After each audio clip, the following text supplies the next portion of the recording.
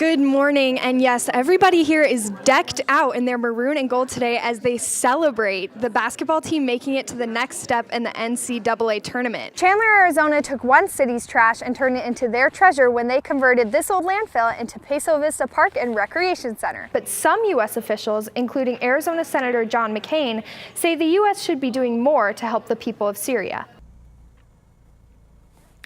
The city of Glendale put a new law into place that bans the use of cell phones while driving. Record-breaking amounts of rain in Phoenix has also brought record-breaking amounts of trash to the Rio Salado habitation area.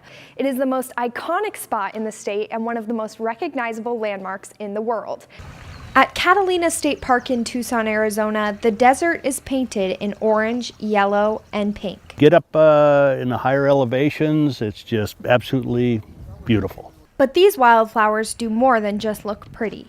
They are also a magnet for new visitors, which generates more revenue for the park. People love, especially in the desert, they love color. So when you have the yellows and the purples and the blues and in such a normally drab environment, brown environment, I mean, it's just so it's awesome. I've had several people come from out of town and I always take them here.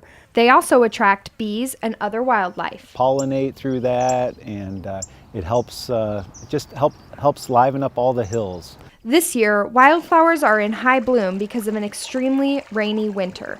Thousands of people from all around the nation flood to this state park every single year to enjoy the beauty of these wildflowers.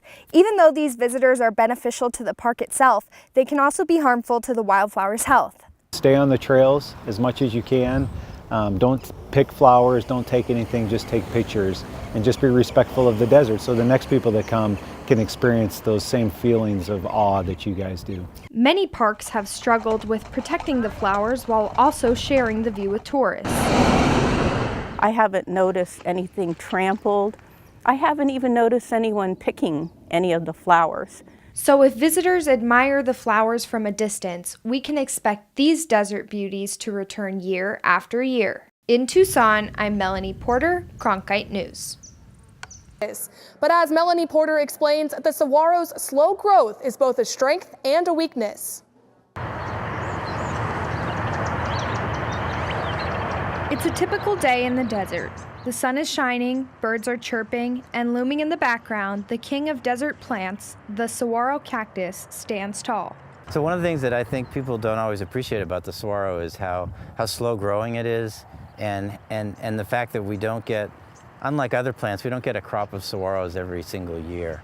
In fact, it's so slow growing that the reign of this iconic plant could be over in the future because young plants are so fragile. A cactus that's 10 years old is only this big, and that's pretty easy to mash or destroy, and it's going to take 10 years to get this big again.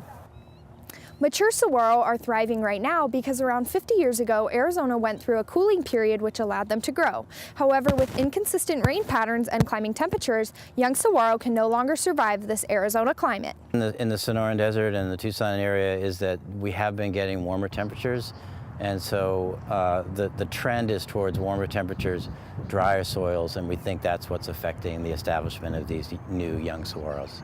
With this desert necessity slowly fading, it may present problems for animals that depend on it for food and shelter. They live so long, that does allow for the desert to be more resilient.